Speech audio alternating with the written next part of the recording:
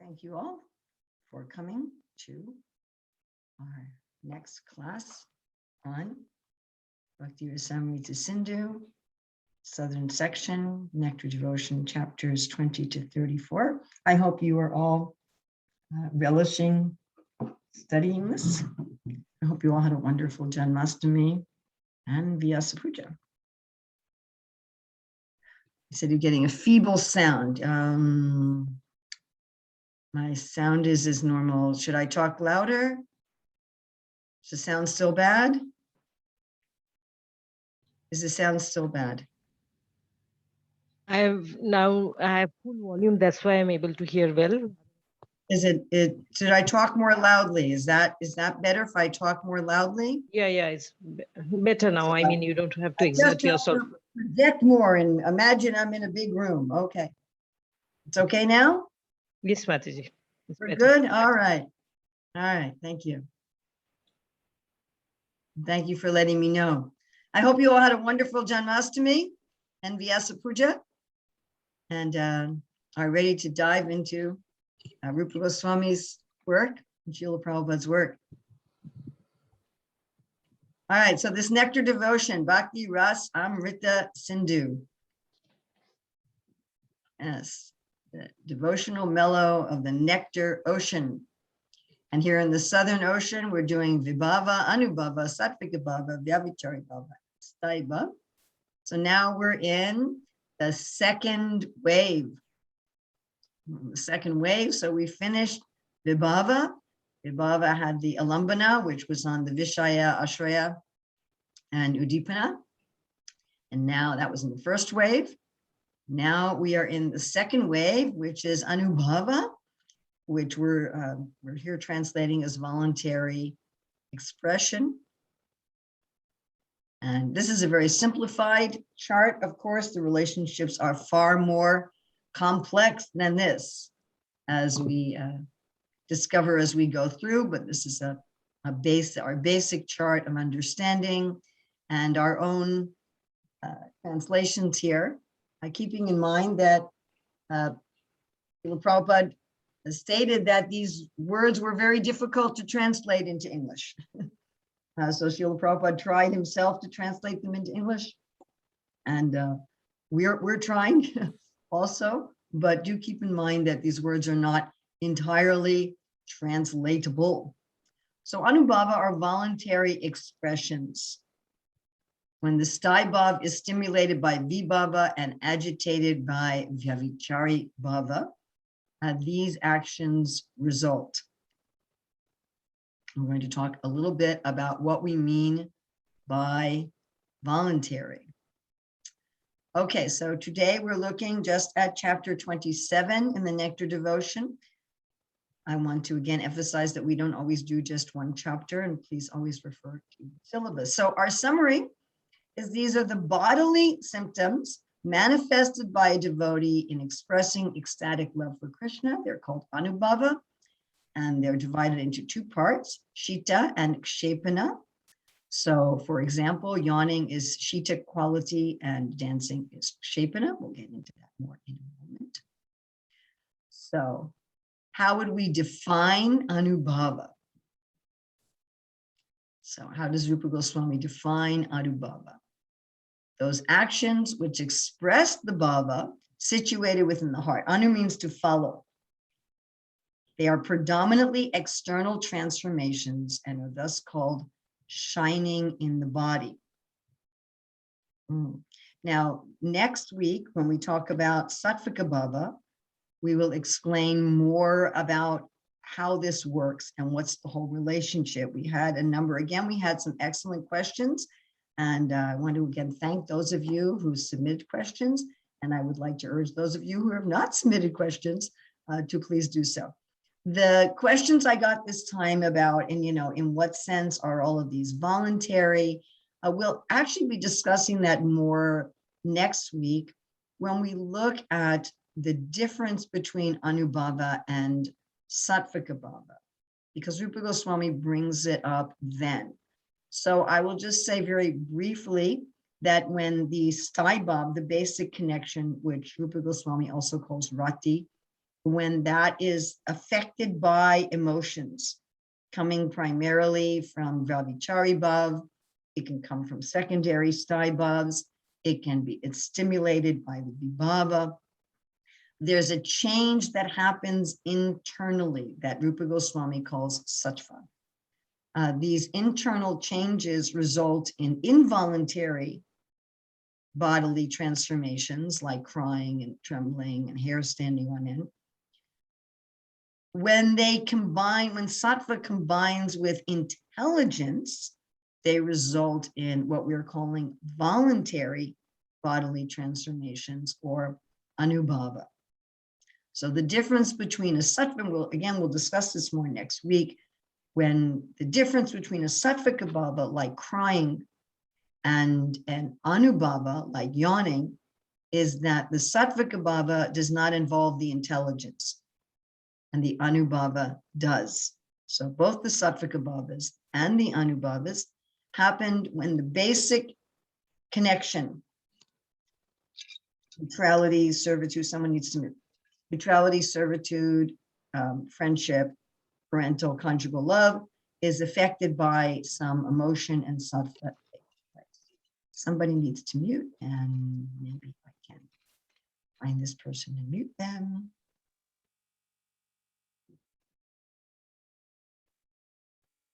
Okay, hopefully I found the person. All right. So the continual perfect love of God, it is called sthai bhav. Again, sthai bhav is like neutrality, servant, friendship, parental, and conjugal. When it's performed in a particular type of transcendental relationship, it's called Anubhava. So this is from Srila Prabhupada's purport to 3:14:48. In other words, Anubhava is the way one exhibits one's sthai bhava. A material example, and material examples are very helpful because do keep in mind that Rupa Goswami is using the system of Bharat Muni to explain love of God. And the system of Bharat Muni can be applied to any type of enjoyment, material or spiritual. In fact, we could say that Rupa Goswami is using Bharat Muni's system in order to show that spiritual enjoyment is the source of all enjoyment, that whatever is found materially has its counterpart in the spiritual. Bharat Muni's is also used, of course, for theatrics. So let's say that I have a mood of service towards someone. Let's say there's someone who inspires me, that I really want to serve them. I really want to help them. So how will this be exhibited? What will I do? What will I do? You know, I might give them some of my time. I might give them some money. I might, I might help them with something. So the Anubhavs is how I perform my basic relationship. Now, it's very interesting.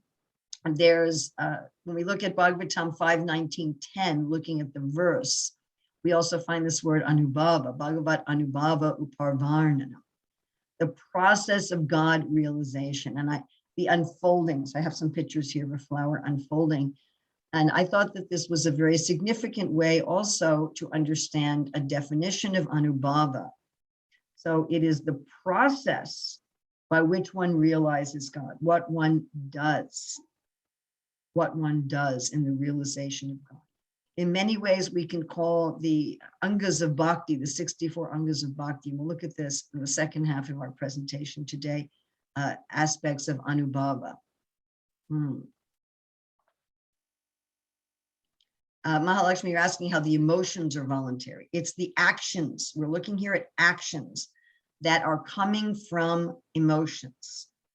Anubhava are actions that are coming from emotions. They're not the emotions, they're the actions. So we have the Anubhavs and the Sattvika bhavs are actions. The sthai bhav is a feeling of relationship. The Vyavichari bhavs are emotions. The secondary sthai bhavs are also emotions. The Anubhavs and the Sattvika bhavs are actions, not emotions. They're actions that come from the emotions. And somebody again has to mute. Okay, let's see if we find this person again. Please mute yourself. Okay. All right, now there are two types of these Anubhava actions. One is Sita, meaning cool. That doesn't mean literally they're cool, because I was asked, well, oh, I have yawning here twice. I have to fix this slide. Note, fix slide 15. Okay. So Sakti Srupani, don't distribute the PowerPoint till I fix this and gotten it back to you.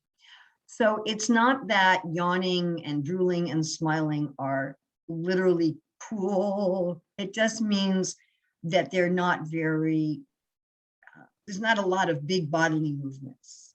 There's slight movements. And Ksepana means they're bigger movements. So we have kind of smaller movements and bigger movements. And Rupa Goswami is using the word Sita and Ksepana. Now, Srila Prabhupada writes, when there's an extraordinary excess of ecstatic love with all these bodily symptoms manifested, one feels relieved transcendentally. So we got a wonderful question about why is it a relief? Well, again, think about a material example. If you're feeling some great emotion, you feel some relief when you express it, right? When oh, you're holding all that emotion and you want to express it. So this gives the devotee transcendental relief to express it.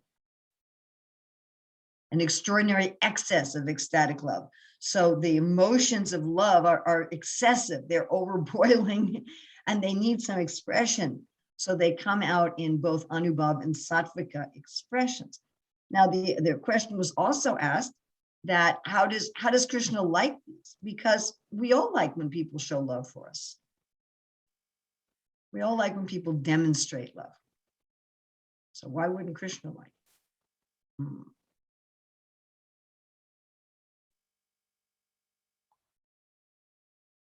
Rukmini's telling me, Rukmini, you gotta tell me what slide that is and I'll fix that also. Send me a personal note. Send me it on WhatsApp and I can fix it. All right, now we're going to look at examples. All right, the examples that Rupa Goswami gives. Well, first example actually we're going to look at is from the Bhagavatam 7:734. And please listen carefully because I'm going to ask you all a question about this. In fact, in this presentation, we're only having one group activity, but we're going to have a lot of whole group stuff, whole group discussion, and I'm going to be asking you a lot of questions as we go through. So this I'm structuring from a teaching perspective a little differently. All right, so let's read this carefully. One who is situated in devotional service is certainly the controller of his senses, and thus he's a liberated person. All right, so the controller of his senses is an Anubhava. When such a liberated person, the pure devotee, hears of the transcendental qualities and activities of the Lord's incarnations for the performance of various pastimes, his hair stands on end and his body, on his body, tears fall from his eyes, and in his spiritual realization, his voice falters. Sometimes he very openly dances, sometimes he sings loudly, and sometimes he cries. Thus he expresses his transcendental jubilation. So what I have highlighted here in yellow is the Anubhavs. All right, who can tell me what's a vibhava or udipana here? In this description, what are the vibhavas or udipanas? You can just write it in the chat or you can unmute yourself. Yes, Madhusudana Vishnu Prabhu, what is the vibhava? He hears of the transcendental qualities and activities of the Lord's incarnations. Excellent. Can someone tell me what are the Sattvika bhavas mentioned here? I know we haven't studied that yet. That's next week. But if any of you can tell me what some of the Sattvika bhavas are. Is there Hair stands on the end, on his body, tears fall from his eyes, and his spiritual and voice flutters. These are the sattvic bhavas. Excellent, excellent. So we have hair standing on end, tears, and voice faltering. Excellent, excellent. Okay. Now we're going to look at the examples from Rupa Goswami's Bhakti Rasamrita Sindhu, the Southern Ocean, second wave. Yes, hair standing on end is involuntary, Mahalakshmi. Exactly. All right. Now, a number of you asked the questions as how voluntary are these? Because some of these, like hiccuping or drooling, don't seem to be more like a sattvic abhav rather than an anubhav. But again, the distinguishing is that they are involving intelligence and thoughtfulness, whereas the sattvic abhavs don't. The hair standing on end is just emotion, body. Whereas these drooling, hiccuping is emotion, intelligence, body. So they're somewhat under the control of the devotee. Now, a number of you asked the questions as some of these seem rather odd. And that point is going to come up also with the Vyavichari bhavs and also with the secondary sthai bhavs. Please remember that anything we see in this world has some equivalent in the spiritual. And on the spiritual level, they're not actually odd. They're not distasteful. But if we look at them materially, they may seem that way. So yes, of course, in this world, when my body hiccups, it happens involuntarily and I can't make it stop involuntarily. But here with the spiritual symptoms, Rupa Goswami is saying that this, and Jiva and Krishna Thakur, that these are actually things that involve the devotee's intelligence. So that's the difference between it as a spiritual symptom and a material symptom. So dancing, we can all certainly relate to that when we feel some emotion of serving Krishna, we like to dance. And the example Rupa Goswami gives that is that Lord Shiva and Ganesh were dancing to their drum when the Lord was playing his flute. So the Lord plays his flute. Wouldn't that be nice to see that? Krishna playing his flute and Shiva and Ganesh dancing, rolling on the ground. So two examples are giving how Akura rolled on the ground. And of course, Prabhupada comments in Krishna book that when we visit the holy Dham, we should not care about our material position, but we should also, like Akura, be willing to roll on the ground in the dust of Vrindavan.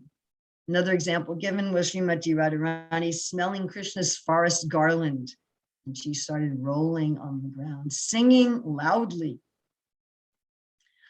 So the example is giving that Radharani's singing made her friends stone-like and the stones melt.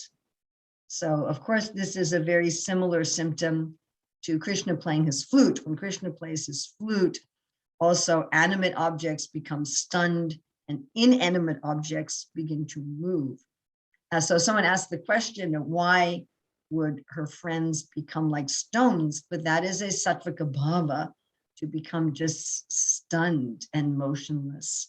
So their singing was so extraordinary. Again, this is also the symptom of Krishna's flute playing, that her friends just became stunned. Shouting. So Narada Muni, his chanting was like shouting, and the demons thought that Lord Nrsimha had appeared. Imagine Narada Muni is chanting like this roaring of a lion, and someone asked, will our demoniac tendencies go away when we hear the loud singing and shouting of a devotee? Of course. And Radharani crying like a Huari bird. I have no idea what sound to cry, but it must be pretty intense. It must be something like the Singadev roaring.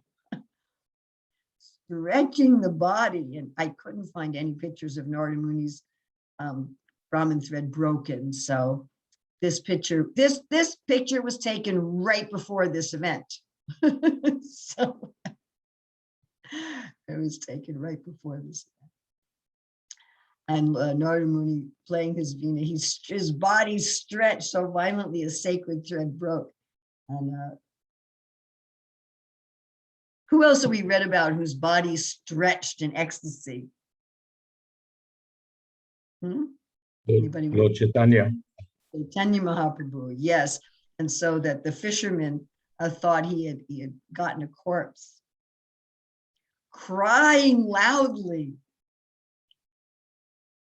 I really like this picture that I found. So Lord Shiva cried so loudly in ecstasy that the demons were vanquished and the devotees were joyful by this loud crying. Yes. Yawning. Now we had several people ask a question about yawning. Like, why would Krishna like yawning? And we see here Radharani's friend is saying, why are you yawning when you see Krishna? You know, yawning usually means you're bored or you're tired. Right? Oh, hi, person I love. Why would you yawn? But Rupa Swami is comparing this to the blossoming of a Kumuda flower, which is a relative of the lotus in the moonlight. Opening, oh, the person that I love. Oh, person that I love. Like that. And Krishna is so pleased to see his beloved's face blossoming like that and breathing heavily. And this is a funny example that Lalita's like a Chataki bird. This Chataki bird only takes water from the clouds. I don't know how they live in the dry season. And she was breathing heavily, which is an Anubhav, and tears, which is a Sattvik above. And this acted like wind and rain that pushed away Krishna, like a heavy wind might push away Krishna, and this upset her. So we find this kind of example given with both Anubhavs and Sattvik abhavs, that sometimes these expressions of ecstatic emotions actually interfere with one's service. And so the devotee, you know, oh, I shouldn't have expressed that, or I wish I didn't express that. But Krishna is always pleased by both these Anubhavs and the Sattvik abhavs. He finds them very endearing. Remember that Krishna, it's explained, Krishna is not really moved by the external service. He's moved by our love. And so when we show some love, even if it interferes with the external service, he finds that very charming. You think about how when the gopis put their jewelry and clothes on in a funny way, which of course would interfere with your dancing, right? You know, if you put your belt on your ankle, how are you going to dance? And they show up to dance like that. But Krishna was very pleased with this exhibition of love. Of course, they fixed it. Neglecting the presence of others, and the examples given of the wives of the Brahmanas, that they just didn't care. Just didn't care what their family thought. As soon as they heard Krishna was nearby, which is of course the Vibhava, as soon as they heard that, they just ran to Krishna. Now, there's a quote here from the Pajavali: "Let the big mouse gossip, we will not consider it at all. By tasting the sweet liquor of Hari, we become joyful and intoxicated. Let us fall on the ground, dance, and enjoy." So it was lovely. Someone asked the question, I think it was Prabhupada Priya, that this particular mentality and this action doesn't seem very useful for preaching. Okay, and you see, here's this devotee doesn't care what anybody thinks. And at least one guy is looking at him like, huh, what are you doing? So I went to look up the context of this in the Pajavali, and this verse was spoken by Sarvabhauma Bhattacharya. Now, Sarvabhauma Bhattacharya was a very respected scholar in Jagannath Puri. And the fact that he had this attitude meant he was getting rid of his upadhis. I am a very respected scholar. You know, I have to care what everybody thinks. And yes. And so the fact that, you know, like when he took prasadam in the morning without doing his bathing or anything when Chaitanya Mahaprabhu came. So Lord Chaitanya was pleased that he was giving up his upadhis. Now, generally, preachers do care what others say. We find Sri Chaitanya Mahaprabhu, why he didn't want to go see Prataparudra, who was his great devotee.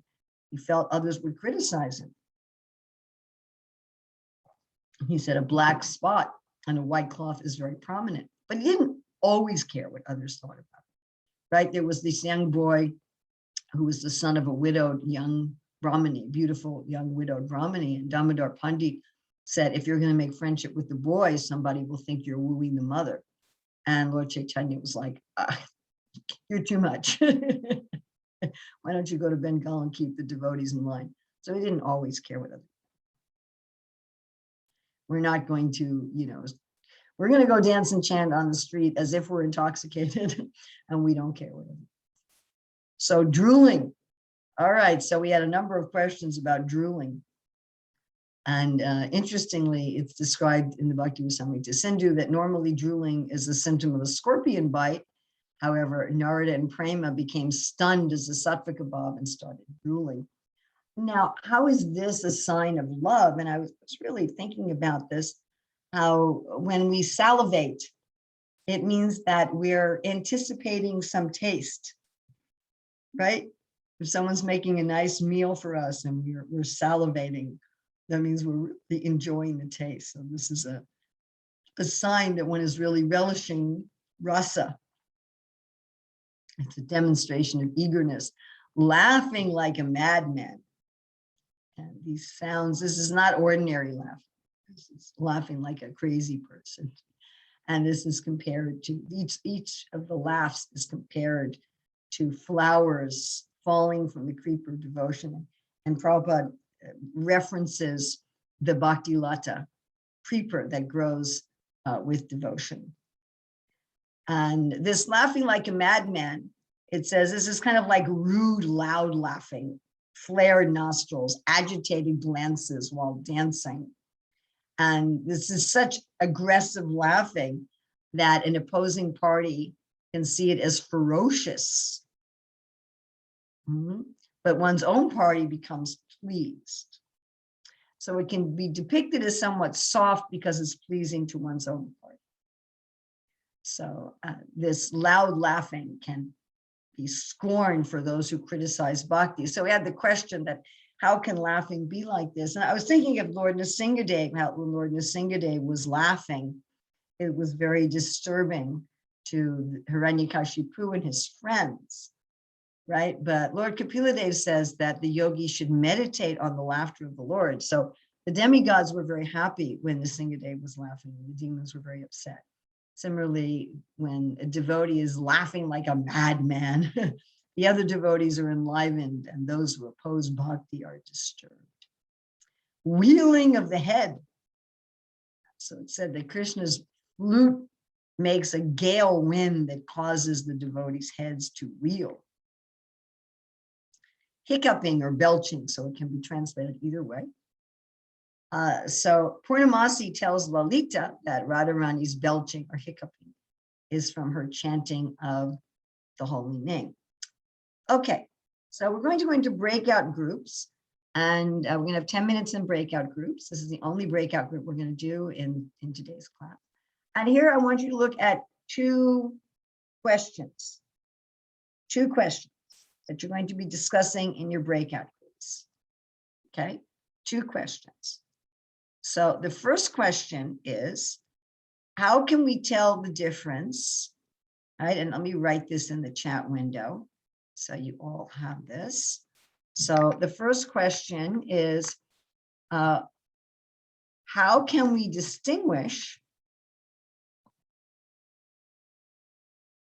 a material Anubhava, remember we can use the same term, from a spiritual Anubhava? In other words, if someone's yawning, how do I know that someone's yawning just because they're tired and they're affected by sleepiness, or they're bored, or they're in mode ignorance, or it's a symptom of ecstasy? All right, second question I want you to look at is, how are all these Anubhavas ecstatic and not negative? Because some of these Anubhavas appear to be negative. So how are they all ecstatic? So how do we know the difference between a spiritual and a material Anubhava, and how are all these ecstatic? So we can go into breakout rooms. We're going to have 10 minutes in breakout rooms. And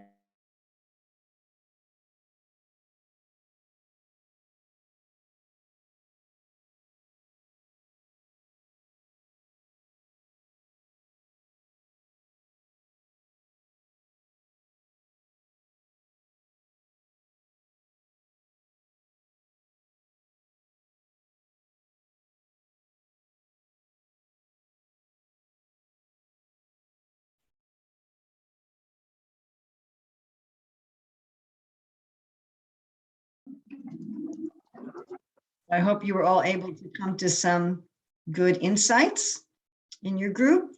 Now we're going to turn to another part of the Bhakti Rasamrita Sindhu. We're going to go, oh wait, can you see my screen or not? No, you cannot see my screen. That's what happens, right, when I get put in a group and then I got taken out of the group. So just give me a second to do this. I have to reshare the screen. Okay, so sorry, I have a technical glitch here. All right, there we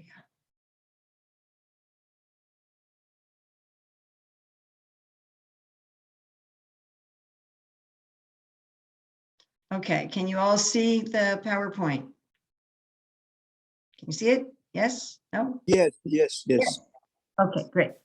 Thank you. Yeah, I notice whenever I'm put in a breakout room and then taken out of a breakout room, my screen share goes away. All right, we're going to be looking now at some other examples of Anubhava from some other parts of the Bhakti Rasamrita Sindhu. So we're going to look now at the Western Ocean. In the Western Ocean is where Rupa Goswami goes into more depth about the primary Staibhavs. This is neutral, servant, friendship, parental, conjugal. And for each of them, he discusses what is the particular Vibhav, what is the particular Anubhav, what is the particular Sattvic Bhav, etc. So here he lists particular Anubhavs. Oh, you want me to give you answers? Kamalini says, wait a minute. You only came up with contradictions. All right. Well, okay, before we go on, we'll do that. So how do we tell the difference between a material Anubhav and a spiritual Anubhav? Well, externally, you can't necessarily. So if you see two people yawning, you don't know whether they're yawning for a material or a spiritual reason. One would have to look holistically. One would have to look holistically at the person's life, because Anubhav is just a part of rasa. It's not all of rasa. So if you just look at the Anubhav separately, no, you wouldn't be able to tell. And how are these all ecstatic? Again, if you look at the Anubhav separately, you can't tell. The way we know they're ecstatic is they're coming from this inner churning, which again, we'll discuss more next week, that creates what's called sattva, not sattvagun. Same word, different meaning. A sense of sattva in the heart. And therefore, they're a manifestation of love. And the other answer is that everything comes from the spiritual. So everything in this world, the nice things and apparently the not nice things, they have some origin in the spiritual. So we're accustomed to looking at them from the not nice things without realizing the original form, everything is ecstatic. So that's my very simple answer. And I'm glad you churned it. All right, looking at this Western Ocean. So neutral love of God. Let's look at the Anubhavas here. Could I have a volunteer to read this slide out loud? Someone just unmute yourself and read this. Yes. Okay. Neutral love of God. staring at the tip of the nose, behaving like a renunciate, walking while looking for meters in front on the ground, showing Guyana Mudra, joining the thumb and forefinger together, absence of hatred, even towards the enemies of the Lord, lack of intense attachment to the devotees of the Lord, showing great regard for the final destruction of material bondage, Siddhartha, and for living without the influence of the gross and subtle bodies, indifference, non-possessiveness, lack of false ego, and silence. Thank you. So these are Anubhavs that are particular to those in neutral love of God. Now, by the way, when we get to our Sthaibhav section here in the Southern Ocean, we're going to be discussing 3 different categories of neutral love of God, which I found fascinating. All right, now we're going to look at Anubhavas that are particular to Dasya Bhav, the Sthaibhav of servitude. Would someone else please unmute and read this slide? Servitude. Being completely involved in serving according to one's capacity, friendship with the Lord's servants with absence of even a trace of envy on seeing the excellence of others' service, and being fixed in their love, which are all considered Sita, or the special Anubhavas of the Dasas. All right, so this is Anubhavas that are particularly obvious in those with Dasya Bhav. Right now, we're going to look at Anubhavas particular to friendship in general. Could we have a volunteer to unmute and read this, please? Pleasing Krishna by hand-to-hand combat, playing ball and dice, riding on each other's shoulders, stick fighting, sleeping and sitting with Krishna on a bed, seat or swing, telling pleasing jokes, playing in the water and singing and dancing with Krishna are the activities, Anubhavs, common to all types of friends. Thank you. All right, now Rupa Goswami is going to look at categories of friends. So these are older friends, Surit. If somebody would volunteer to read this. Giving advice on what should be done or not done, engaging in beneficial acts, and being eager to perform all types of service. Thank you. All right, now we're going to look at the younger friends. Volunteer for this. Putting tambula in Krishna's mouth, applying his tilak, smearing sandalwood on his body, and painting designs on his face. Thank you. Now we're going to go to Anubhav of the equal age friends. A volunteer. Equal aged friends, Priya Sakhas, defeating Krishna in battle, pulling his cloth, stealing flowers and other things from his hand, being decorated by Krishna and hand-to-hand combat. Thank you. A volunteer for the Priya Narmasakas. Carrying messages among the young women of Raja, encouraging the gopis' love for Krishna, taking Krishna's side when the gopis are present and Krishna is not present, showing skill at siding with the chief gopis when Krishna is present, but the gopis are not around, and arguing intensely by whispering in each other's ears. So there is an Anubhav of intense arguing. Oh, thank you. Someone for these additional for servants and friends. Decorating Krishna with forest flowers and jewel ornaments, singing and dancing in front of Krishna, caring for the cows, massaging his body, fanning him, as well as other Anubhavas, are activities that the friends share in common with the Dasas. Thank you. All right, going to parental. Volunteer.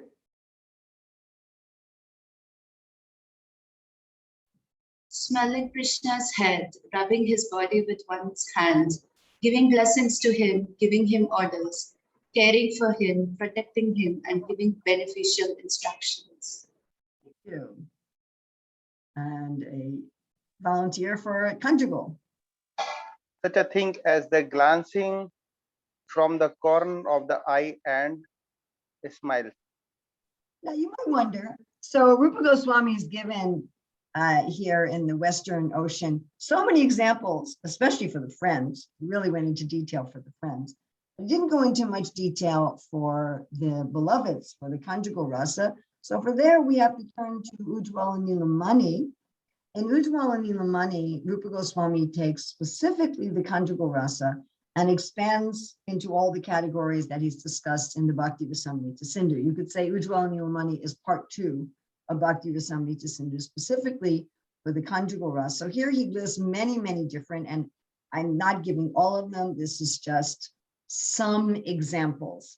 So here we have the Shaka. She's grasping a Kadamba branch and she leaves the cottage. So this is an Anubhav. Here is another Anubhav, placing her right hand on Krishna's shoulder and her left hand on her hip, supporting herself with crooked feet, her head hanging slightly to the side, the Saki appearing fatigued. Here is another example. Sincerity in the corner of her eyes, modest entreaty in her words, being very respectful. And here's another example. We're all familiar with this one from when Krishna leaves the Ras Leela and the gopis are imitating Krishna's pastimes. And this is another one we talked about earlier, putting all the jewelry in the wrong place, where Krishna says, you've placed a sapphire necklace in your braided, this is a gopi, sorry, saying to another gopi. You have placed the sapphire necklace in your braided hair, the lotus flower hair decoration on your full breast, mascara for your eyes on your arms and legs, and musk perfume for the body around your eyes.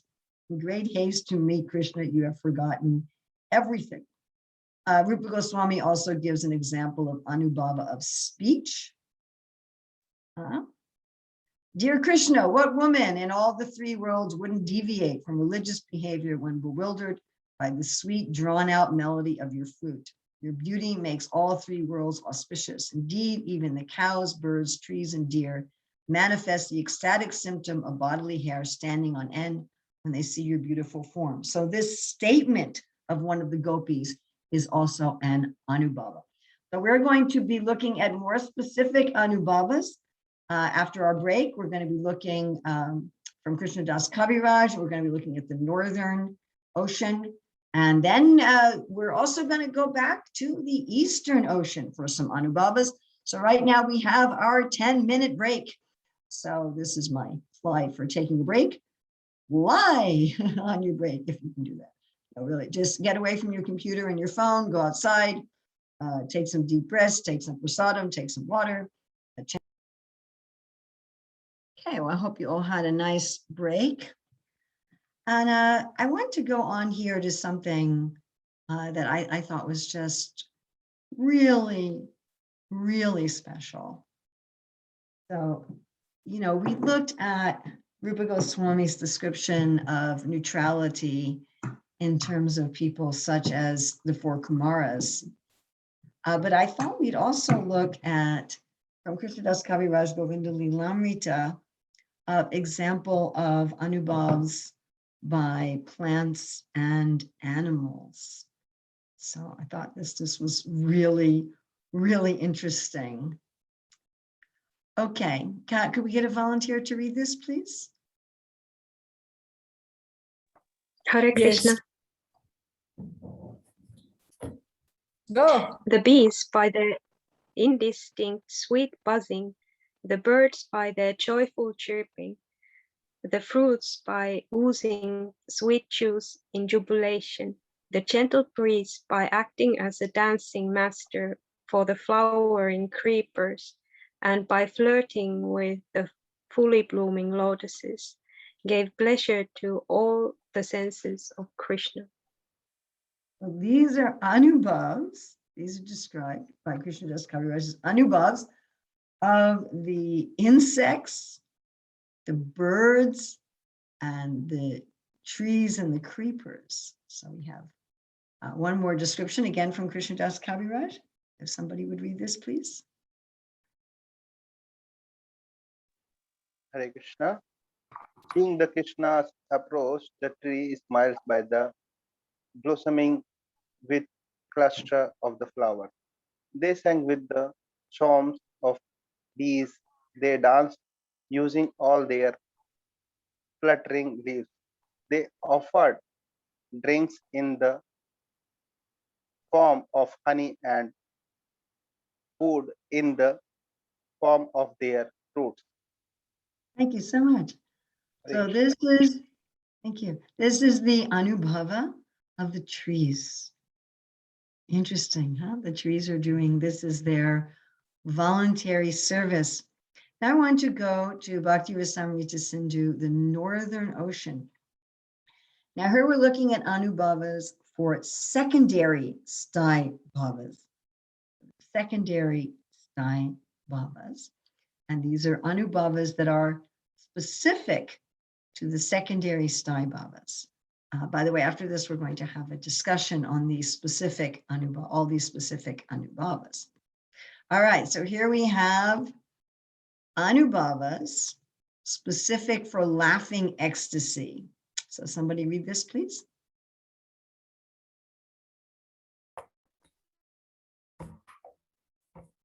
The Anubhavas are quivering of the nose, lips, and cheeks.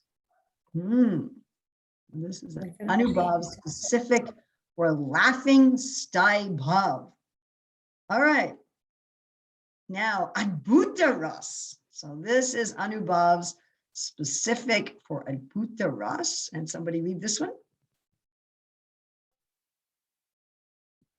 Opening the eyes wide is the Anubhav. Oh, wonder. One opens the eyes wide. All right, now we have Viraras, which has, by the way, 4 divisions. Has somebody read this one, please?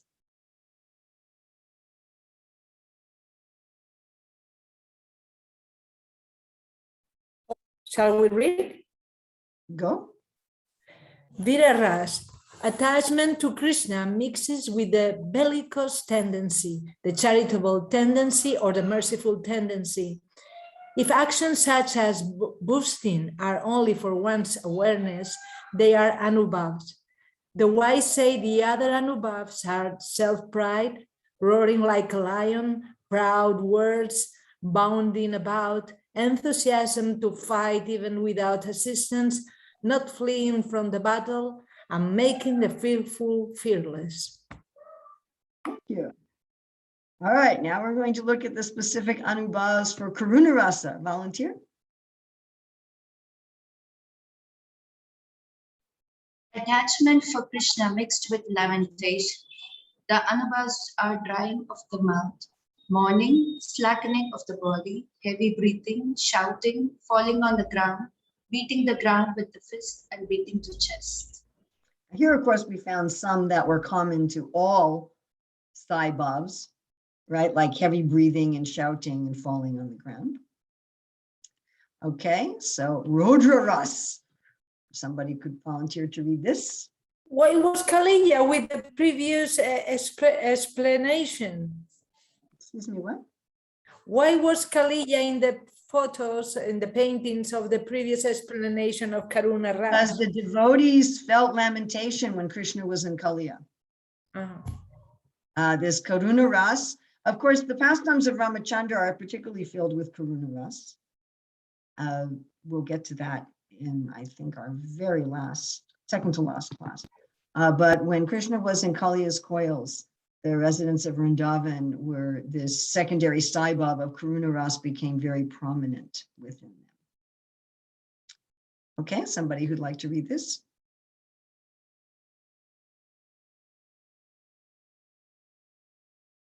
Wringing the hands, grinding the teeth, reddening of the eyes, biting the lips, deeply contracting the brows, flinging the arms, beating others, silence, hanging the head down, heavy breathing, glancing with hostility, cursing, shaking the head, having the edges of the eyes turn pink, frowning and quivering of the lower lip. All right, so this is when one is affected by the secondary sthai bhava of anger. Okay, some volunteer for this. The secondary sthai bhava of fear. Devotion mixed with fear, drying of the face, heavy breathing, looking backwards, hiding oneself, becoming unsteady, looking for shelter and shouting. And by the way, these particular pictures are there because these are examples. I'm using pictures of the specific examples that Rupa Goswami gives in relationship to these secondary Sai Bhavas. So he's giving a specific example of the gopis being filled with fear when Krishna was fighting with Keshi, or the devotees filled with lamentation when Krishna was in the coils of Kaliya. All right, and the last secondary rasa, vibhatsa, attachment in mixed with horror. Somebody could read this.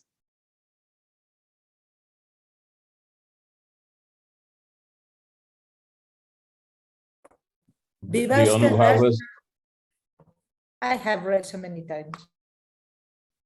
the Anubhavas of this rasa are spitting, distorting the face in disgust, covering the nose and running.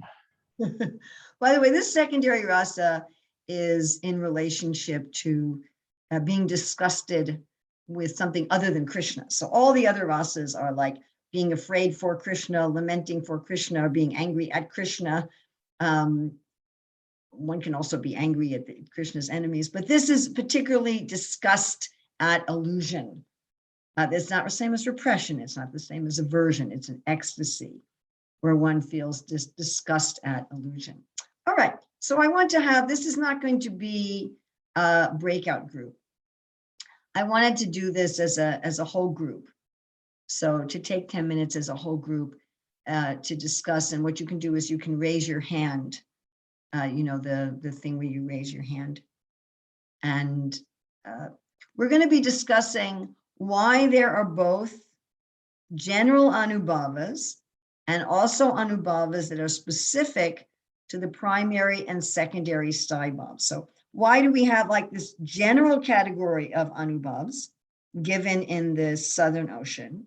And then in the Western Ocean, we have the specific Anubhavs for each of the primary Staibhavs. In the Northern Ocean, we have the specific Anubhavs for the secondary Staibhavs. And we also mentioned in Govinda Lilamrita for the plants even. And might there be Anubhavs specific for individuals? So what are your thoughts on this? I'd just like to know people's thoughts. If you have any thoughts on this, why there are general Anubhavas and why there are specific Anubhavas. Any thoughts, please raise your hands.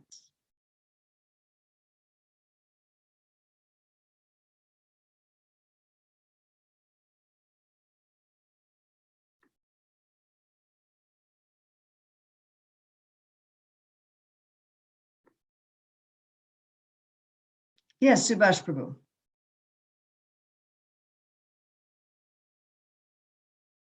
You have to unmute. You have to unmute. Unmute, please. Subhash, unmute. Sorry. So general Anubhav, of course, I think it's common everywhere, what we understand. But it's very interesting about specific because, for example, Bhishma Dev's, action of chivalry, and then Krishna has to react, so he picks up a chariot wheel. That is actually specific. It's their own particular rasa, their rasa in the form of chivalry. So that's a specific one, I think. So that's a specific kind of power.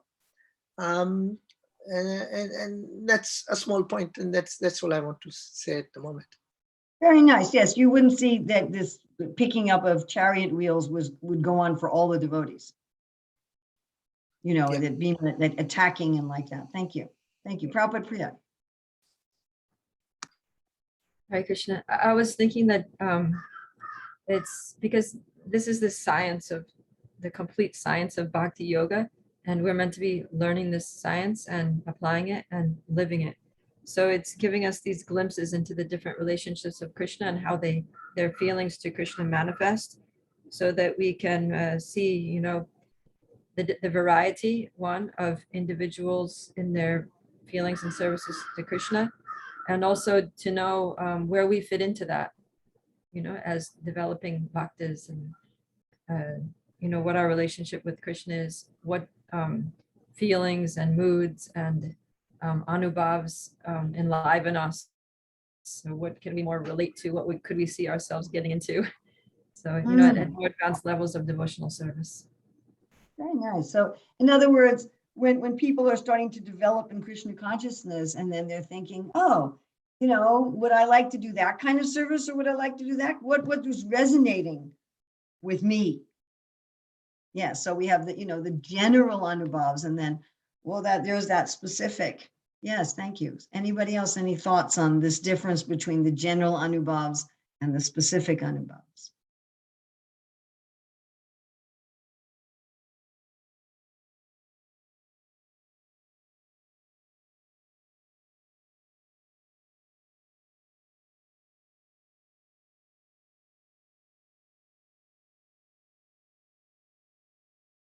Yes, Rukmini. Yes. So if we recognize that there are Anubhavs that belong in some service that not only are we not familiar with, but we may never be familiar with because it's not part of our rasa. So then we can just recognize it and enjoy it as somebody else's Anubhav. And so we can just be happy with the variety instead of, sometimes people think that something that is different from themselves is just weird or wrong. So we can understand that there's many different varieties. And so something that is not my Anubhav is still, pleasing to Krishna and ecstatic Anubhav. I think that's very profound. And could that be applicable even to sadhakas who may not know whether they're cowherd boys or trees? Anybody think about that? Just your Vaidhi Bhakti sadhaka who has no idea if they're a tree or a cowherd boy. So this thing that Rukmini just brought up, how could that be applicable? Mahalakshmi? Yes. For instance, let's say that a group of visitors is arriving and unexpectedly. So the specific is that someone will run to take care of them and make sure they see everything, the deities and like that. And another will start cooking. So this would be some specific, and one does not know in which relationship I am related to Krishna. Very nice. And there's a purport, I believe it's in the 4th canto, where Prabhupada says that in Vaikuntha, everybody appreciates everyone else's service. And we see that sometimes that doesn't happen. Yes. Anarpita Kripamoy, Prabhu. Hare Krishna, Dhanutana Mataji. Actually, variety is the mother of enjoyment. That's why Krishna wants to enjoy. So he wants so many varieties. That's why different type of Anubhavas are there. So we also see that different devotees are having different feelings and different mood in the service of Krishna. Accordingly, they are having the relation with the Krishna. Suppose we discuss to someone is someone Prabhuji want to serve Krishna as his servant, someone want to serve Krishna as a friend, someone Mataji want to serve Krishna as a gopi. Accordingly, they are having their feelings. In that feelings, they try to serve Krishna. Their bhava develops accordingly. Yes, thank you. And some of these are seemingly contradictory. So we have these intimate friends who want to fight with Krishna, or in the chivalry rasa, they want to fight with Krishna, and the servants would never dream of doing so. To them, that would be opposed to their mood. Thank you very much. Okay, so we're going to go on here.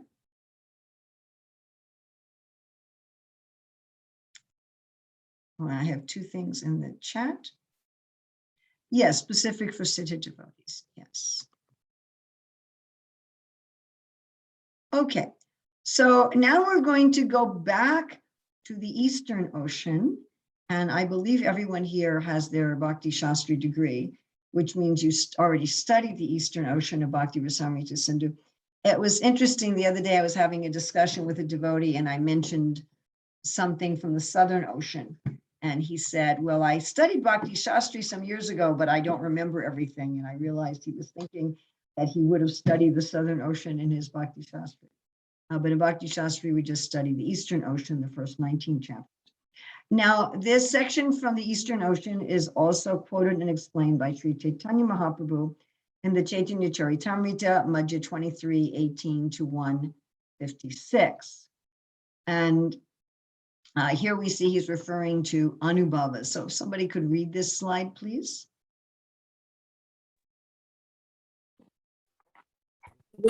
Yes. Oh, sorry. There you go. 19th Okay, thank you. Baba and above. When the seed of ecstatic emotion for Krishna fructifies, the following 9 symptoms manifest in one's behavior: forgiveness, concern that time should not be wasted, detachment, absence of false prestige, hope, eagerness, a taste for chanting the holy name of the Lord, attachment to the descriptions of the transcendental qualities of the Lord, and affection for those places where the Lord resides, that is, a temple or a holy place like Vrindavan. These are called Anubhava, subordinate signs of ecstatic emotion. They are visible in a person in whose heart the seed of love of God has begun to fructify. Bhakti Rasamrita Sindhu 1.3.25 to 26, quoted in Chaitanya Charitamrita, Madhya 23.18 to 19. Thank you very much. So these are general anubhavas that are found in devotees who have attained the stage of bhava when we're talking about shraddha to prema. And of course, these exist to some extent, even in sadhakas. So we're going to look at each one of these one by one, and I'm going to be asking the same question for each one of these. I'm going to be asking the same question for each one of these. And the question I'm going to ask for each one of these is, how is this a voluntary action that stems from love of God? So that is, I just put it in the chat window.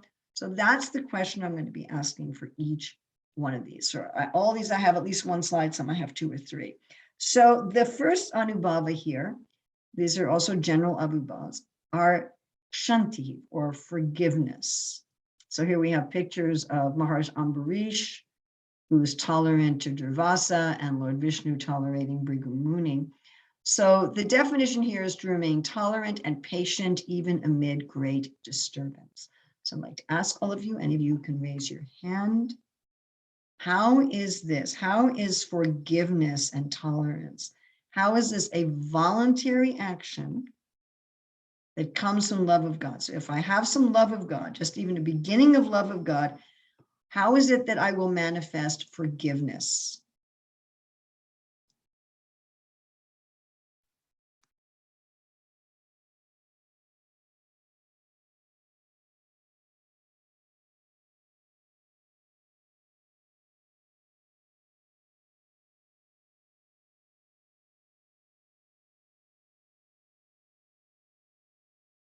Anybody?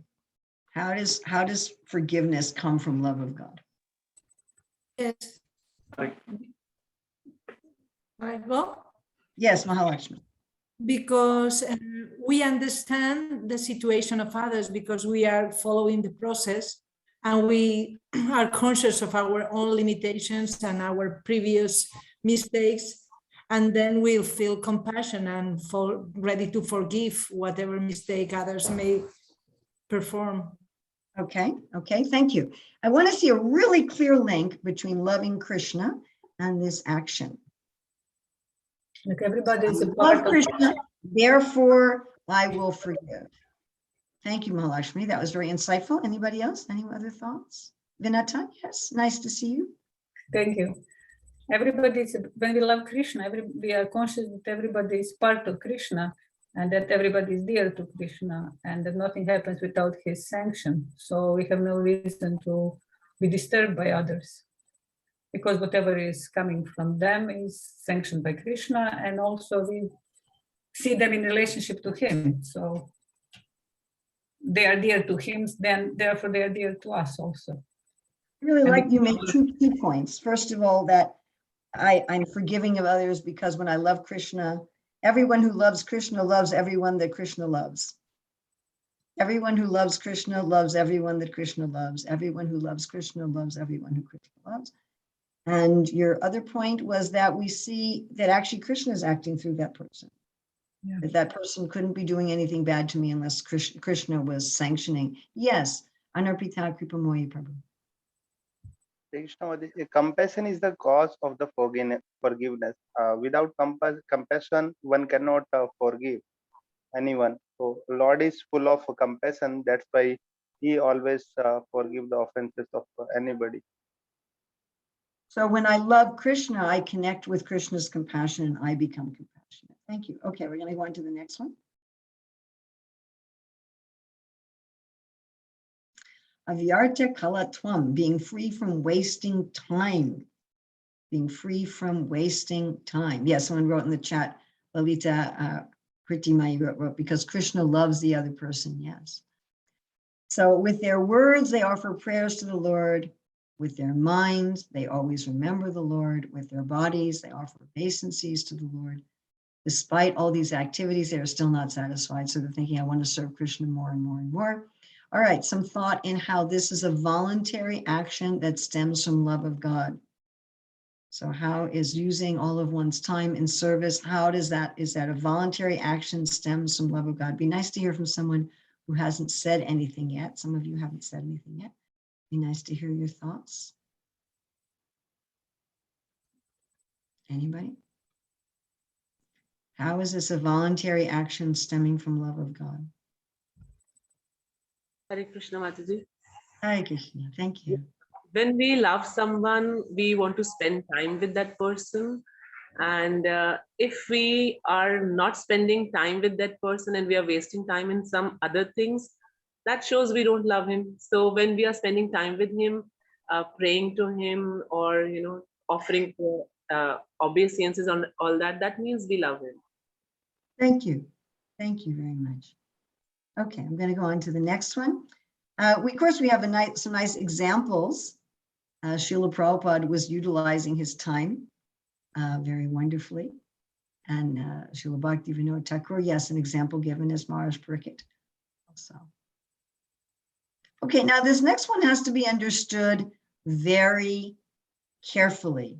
This next one has to be understood very carefully. Viraktihi, detachment. Now, this detachment is different from a sadhana. This detachment is different from a sadhana. So there's one gentleman I know who's a devotee of Krishna, chants 16 rounds, etc. And he's also a Franciscan monk. And he's a very well-known teacher and preacher in the Catholic community. And he said to me, he said, I've taken up celibacy as a charism, not as a discipline. So I looked up charism, it means a gift. So detachment in those who've attained bhava, viraktihi, is not a discipline. It's not that they're restraining themselves from the objects of sense gratification. Rather, they just don't feel any interest. Prabhupada says those at bhava, I feel like this because they see the naked form of Maya. They see Maya for what it is. I'm asking again the same question, that how is this a voluntary action that stems from love of God? So how is this kind of detachment a voluntary action that comes from loving Krishna? Thoughts?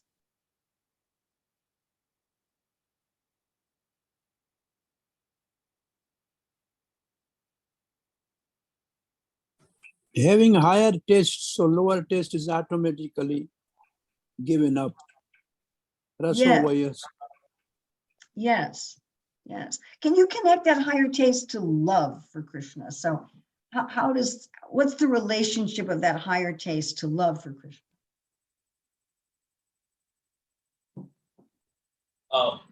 Hare Krishna, Tadi. Yes. So I've heard, like Prabhupada writes at some places that we practice detachment by attachment. So that's how our process is different. So we attach ourselves to Krishna, and because we are so attached to him, that's why we are detached from other things. Like nobody can get detached from everything, but our process is detachment by attachment. So because of our attachment to Krishna, we get the detachment. Yes, very nice. There's one lecture where Srila Prabhupada is talking about of the 26 qualities of a devotee being without possessions, without a feeling of possessiveness. It doesn't mean you don't have a pair of shoes. It means you don't have a sense of possessiveness. And Prabhupada explained there that the only way to feel that one has no possessions is to possess Krishna, to feel that it is mamata, that Krishna is mine. Any other thoughts on this detachment? I think it's very, very, very important to really distinguish this detachment. Yes, Vinata. I would say that maybe when we love Krishna, we don't want anything to be separated from him. So we see him connected with everything. And when we see him connected with everything, then we see everything connected with him, and there is no sense gratification there. That's very beautifully put. Any other thoughts on this? This is so important because it's so easy to do this detachment artificially, not as an out from love. Yes, Shama Jyoti Krishna. Detachment from Gyan and Vairagya. Ooh. Because that's the definition of pure devotional service. You have to be, you have to be detached from Gyan and Vairagya. Even detached from Vairagya. Therefore, this detachment is not the same. Beautiful, beautiful. And we know that our acharyas say that Sudama Brahmana was given this big palace because he was attached to his Vairagya. Yes, that was very deep. Prabhupada Priya. I was thinking that when you love someone, you want to offer everything with them. You want to share everything with them. So you're not thinking of yourself. Like real love is selfless. You want to please the other person. So if we actually love Krishna, then we want to please him. We want to use everything that's within our disposal for his pleasure, with not our own. Yes, that would also relate to the utilization of time. It would be very related to both of those. All right, thank you very much. We're going to go on. Oh, we have some things in the chat. If it is not by force, then how is it voluntarily? Madhusudana Vishnuguru, could you explain your question? Yes, Mataji. Like we say, this is Anubhav, so it is a voluntary expression. So here the definition, it's not by force, which apparently means it's happening involuntarily. Yes, yes, exactly. So it can't be something forced. It's not something, this detachment is not something that's being forced on oneself or being forced on others. Rupa Goswami gives the example of Maharaj Bharat for this detachment. Okay, we're going to go on to the next one. An absence of false prestige. So the reason I put these pictures here is I was thinking about Madhavendra Puri. Yes, it's still conscious involving intelligence. Thank you, Prabhupada Priya, for reminding us that all the Anubhavas involve conscious intelligence. This absence of false prestige, I thought to illustrate it by Madhavendra Puri, who to get sandalwood for Gopal, Gopinath stole the sweet rice for him. And when Madhavendra Puri, after eating the sweet rice, he was thinking, oh, now I'm going to get people honoring me, that Gopinath has stole the sweet rice from me. And so he left Ramuna. Of course, the prestige followed him, but he didn't want anyone to honor him. The example given by Rupa Goswami is of King Bhaddiratha, who was the emperor among all other kings, yet he developed such ecstatic love for Krishna that he became a mendicant and went out begging even to the homes of his political enemies and untouchables. He was so humble that he respectfully bowed down before them. So His prestige rolled after him like a tumbleweed, indeed. So I'd like to now ask, how is this pridelessness? How is this eschewing honor? How is this a voluntary action that comes from loving Krishna? Anybody's thoughts on this?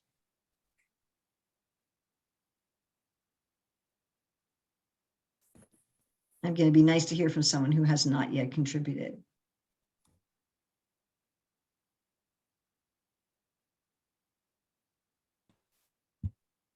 Hare Krishna.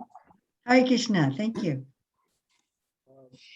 Well, when we deeply understand our insignificance, and we cannot really control anything at all. Everything is controlled directly and indirectly by the Lord. Then naturally this guidelessness will follow. Beautiful, very beautiful. Anybody else have some thoughts on this? How this is a voluntary action that comes from love of God?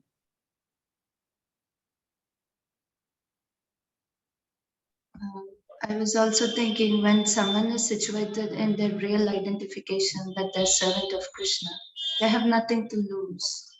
So there's nothing to cover and put a show on. So That's a very philosophically deep understanding, because my false identity is something that I could lose. It's a shaky thing. It's not something solid.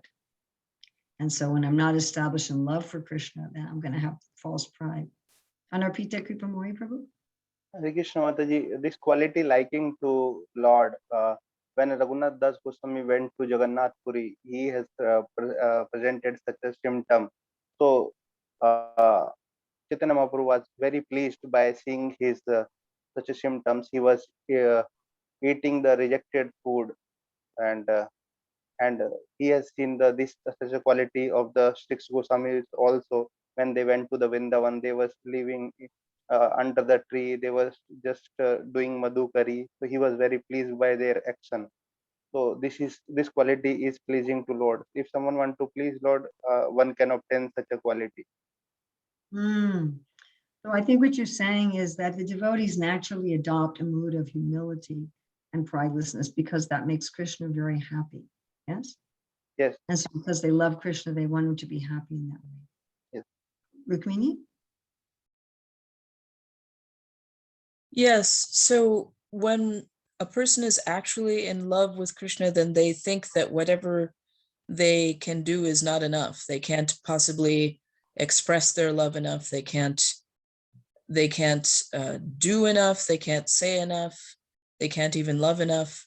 So then when the most important aspect of their being is, they wish they could do more, then what is there to be proud of? One is prideless. Thank you. Prabhupada Priya? Yeah, that if I love someone, I want that person to be in the center. I want that person to be glorified. It's like we were talking with Srila Prabhupada that, these other gurus that came from India, they're famous in their own name, but around the world, many people don't know Prabhupada, but everyone knows Krishna because Prabhupada made Krishna famous because he emphasized Krishna out of his love for Krishna and put himself in the background. We don't call this the A.C. Bhaktivedanta Swami Prabhupada movement. It's called the Hare Krishna movement. Prabhupada always wanted Krishna to center. Mahalakshmi? Because a devotee sees everyone as part and parcel of Krishna and as servants of Krishna in whatever variety there may be, and thus one is not better or less than anyone else. It's just a servant, and thus that they are free of pride. Beautiful, beautiful. It's a natural thing. I love Krishna. I see everybody is equal. Yes, Vinata.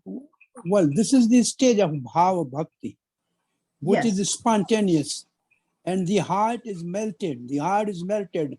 Marshanya, Hridaya Marshanya, and Mamatava to Krishna. Because of the attachment to Krishna and softening of the heart, all these things manifest automatically because that stage of the bhava bhakti is automatic. This is spontaneous. This is voluntary. There's Yes. no force on that. Yes. So that is the basic foundation for all these symptoms. These yeah. Correct. I'm trying to see, I'm looking, my emphasis is not so much on the word volunteer. My emphasis is mostly on how is it linked to love of God? How is it that when I love God, these are the things I'm going to do? So I'm really grateful that you're bringing up this contrast with force. Thank you. That's very important. I'd like to look deeply at why, when I love God, do I do this? Madhusudana Vishnu Prabhu, did you have something you wanted to say? I was just thinking that the devotee thinks if he is going to be proud, how is he going to approach people and give them Krishna? So he takes a lower position, becomes prideless, and that makes it possible for him to approach anyone and everyone and share Krishna. So for preaching. So. Oh, very nice. I know a couple people have things to say, but we have to move on. Please excuse me. So we have a bunch of things in the chat. Okay. Oh, the lady with the cow, that's Parvati. And that's not a cow, it's Nandi. So the photo is, that's Nandi, Krishna's bull, Lord Shiva's bull. You can see, if you look closely, you can see that that is a bull, not a cow. And that is Parvati. So we have Bhagirath, and Ganga is coming from, that's Ganga coming down to the head of Lord Shiva by the prayers of Bhagirath.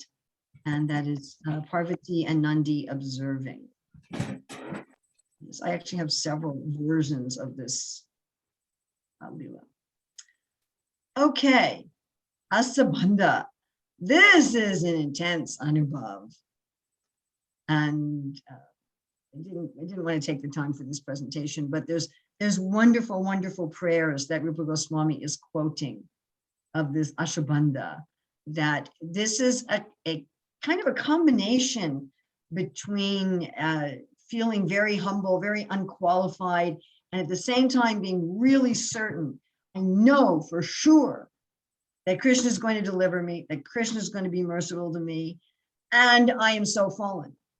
I'm not thinking Krishna is going to deliver me because I'm qualified. Krishna's going to deliver me so because I'm fallen. So how does this behavior, how does it arise from love of God? How does love of God give rise to this behavior?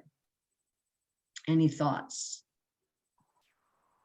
Madhusudana Vishnu, is your hand raised for this one? I'm sorry. Or is this left over from the last one? Prabhupada Priya?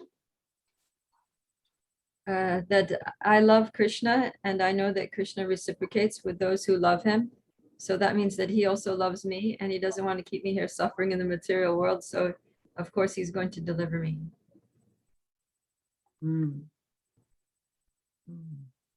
Okay, any other thoughts? Hare Krishna Mataji. Yes. A child is having always one attitude. Whenever he cries, he raise his hand in front of mother, and mother never ever leave herself without just taking up. So this is the natural reciprocation. Whenever we are dependent upon the Lord, it is the natural. Lord always come to help us. We never ever seen in any history, in any scriptures, Lord did not help to his devotee. Always he has helped to the devotees, those has raised their hands with the full of hope. So that's why devotees are always depend on the Lord. I like that image of the child.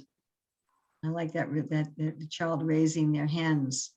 Purna Prajya Keshava Prabhu. Hare Krishna. Unless one feels disqualified, he cannot receive the mercy of the Lord. If one feels that I am qualified, how will he feel the love of God, get the mercy of Krishna? Both are opposite qualities. How can I ask for mercy if I think that I don't need it? Yes. If I feel that I deserve the mercy, then that itself shows that I don't deserve it. Yes. Well, mercy by definition is something I don't deserve, isn't it? Isn't that what mercy means? Mercy means something given that I don't deserve. So as soon as I think I deserve it, yes. So we have this humility. Mahalakshmi?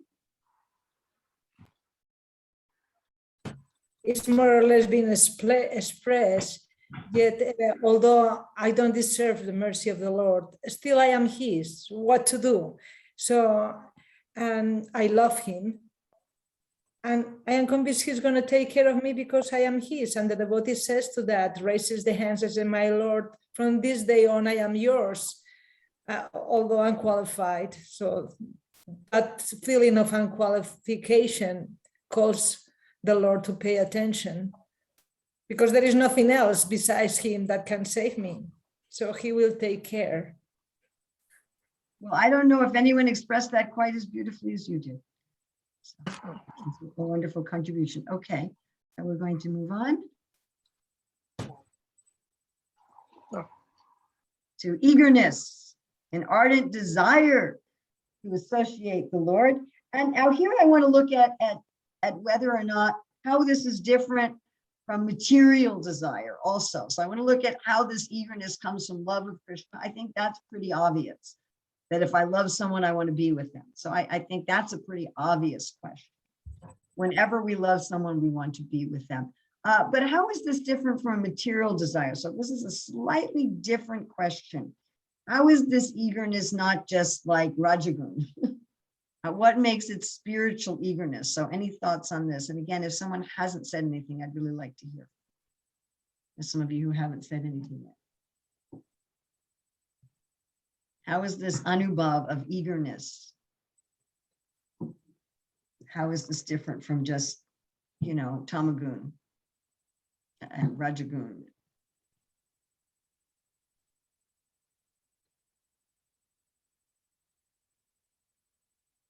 Purna Prajakeshava Prabhu?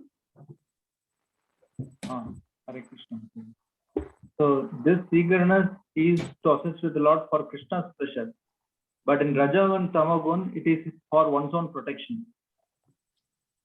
Wow. I think you just hit it. So why is it for Krishna's pleasure? Let's go to the next level. Why is this eagerness to be with Krishna? Why does that please Krishna? Anybody else? Some thoughts? Madhusudana Vishnu. I think it's because it's based on Krishna's calling, that they respond to Krishna's call to serve Krishna. So that eagerness is based on that, not my selfish interest. All right, so there's an example given here. Thank you. There's an example given here. We have something in the chat. Not selfish motive to enjoy Krishna, but to give pleasure to Krishna. Yes. Yes. In the material world, people can confuse their attachment with a person with love for that person. Their attachment is Rajagun. Yes. So in the material world, one can be attached to somebody for what they do for me. I'm very attached to somebody for what they do for me. I was giving a class once at 22nd Avenue. And one of the guests, fairly new to Krishna consciousness, said, a friend of mine died recently. Was my grief at her death, because her death changed my identity. And I was like, wow. When my friend dies, I can't say, well, I'm her friend anymore. She's not there. So we often are attached to people in this world because they do something for us. They add to our prestige. They add to our sense gratification. But the eagerness to be with Krishna is because Krishna wants our company. So Rupa Goswami gives this example, quoting from the Krishna Karnamrita. "O Krishna, O flute player, the sweetness of your early age is wonderful within these three worlds.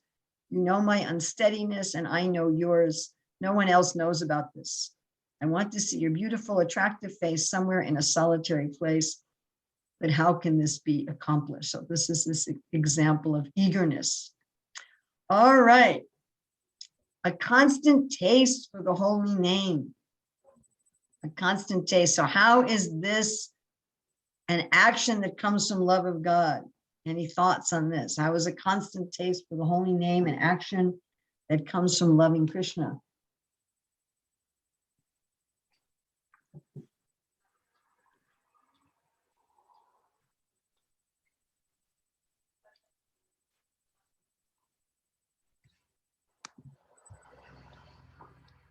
Samajoti Krishna Prabhu.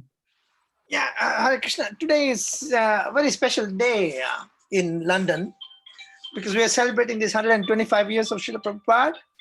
So Govinda Prabhu is actually starting today, going on every tube station and distributing the holy name. He's got this ruchi, and he's doing sankirtan, every Thursday and other days as well.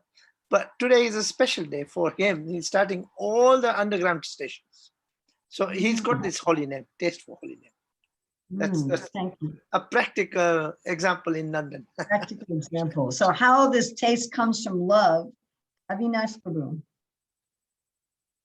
Hare Krishna. Well, the holy name is of the Lord is not different from the Lord himself. So anybody who has love for Krishna will have love for his name. Very beautiful. I'm thinking also, there's so many ordinary love songs where people are constantly saying the name, right? When I was growing up, there was one song, Gloria, Gloria, Gloria, whatever. There's going to be some song where someone is saying the name. Okay, we need to move on. Sorry for those of you who I didn't get to. Yes, the devotee feels the holy name non-different. Okay, so here, attachment to describing Lord Krishna's qualities. All right, I want to ask for this example given by Rupa Goswami. The transcendental body of Krishna is very sweet, and his face is even sweeter than his body. But his soft smile, which has the fragrance of honey, is sweeter still. What's the Udipana here for this Anubhav? What is the Udipana?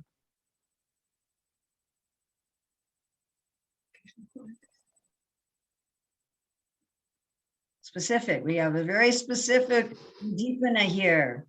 For those of you who remember the Udipana from last week. Smile. Krishna's smile. Krishna's smile. Okay, and I think this is pretty obvious. If I love Krishna, I want to talk about him. Right? People are talking about so many people in this world that they love. Quality, the soft smile. Yes, particularly the soft smile. So because people have an attachment to someone, they naturally want to talk about it. That's really obvious. Okay, and here we have affection for temples and holy places. And the example that Rupa Goswami gives is, when shall I dance in ecstasy on the bank of the Yamuna? So how does this come from love of God? How does affection for temples and holy places come from love of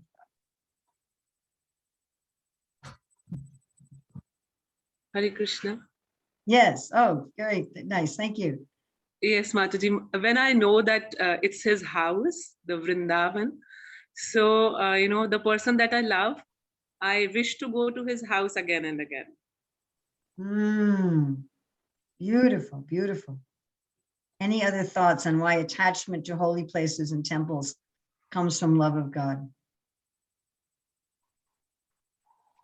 Vrajaman Parikram is a good idea.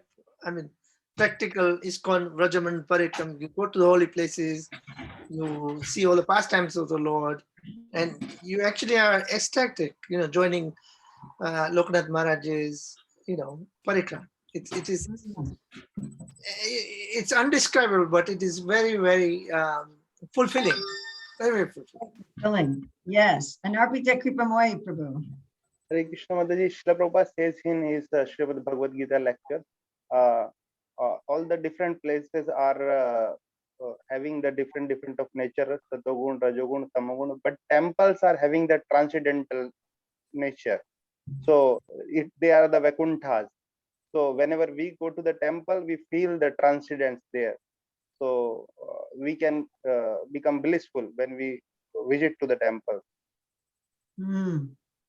Prajikeshwar Prabhu. Hare Krishna.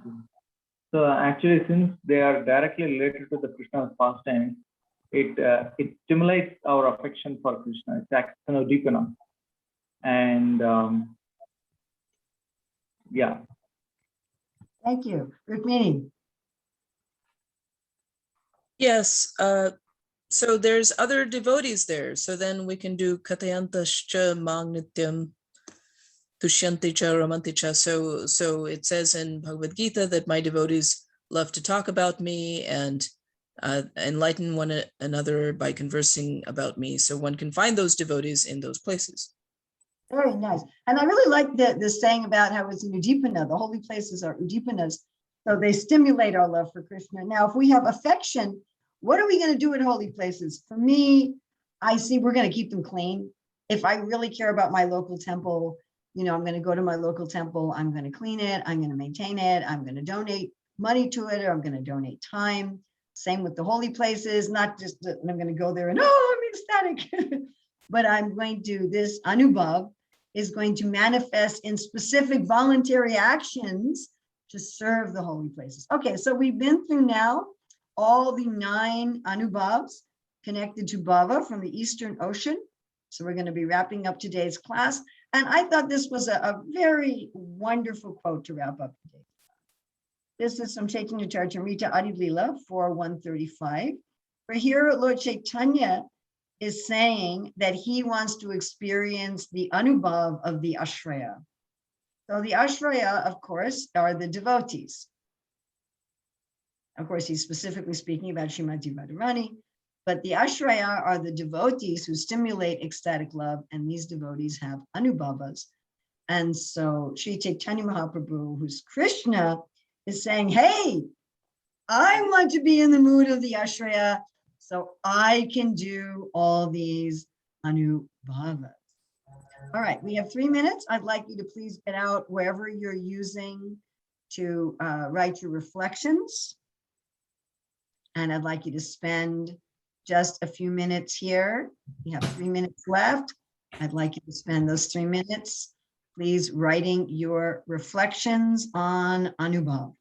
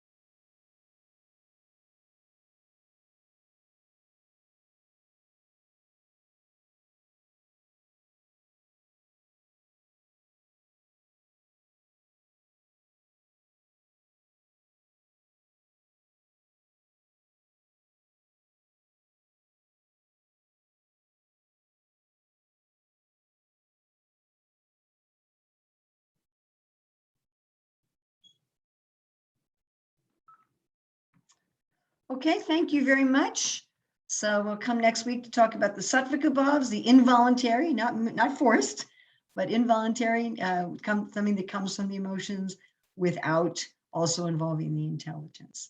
So we'll see you, Krishna willing, next week for that. Srila Rupa Goswami ki, Srila Prabhupada ki, Sadhu Sangha ki. Thank you very much. Hare Krishna. So I'm just going to fix that thing in the PowerPoint, and I'll send to Shakti Swarupini to share with all of you.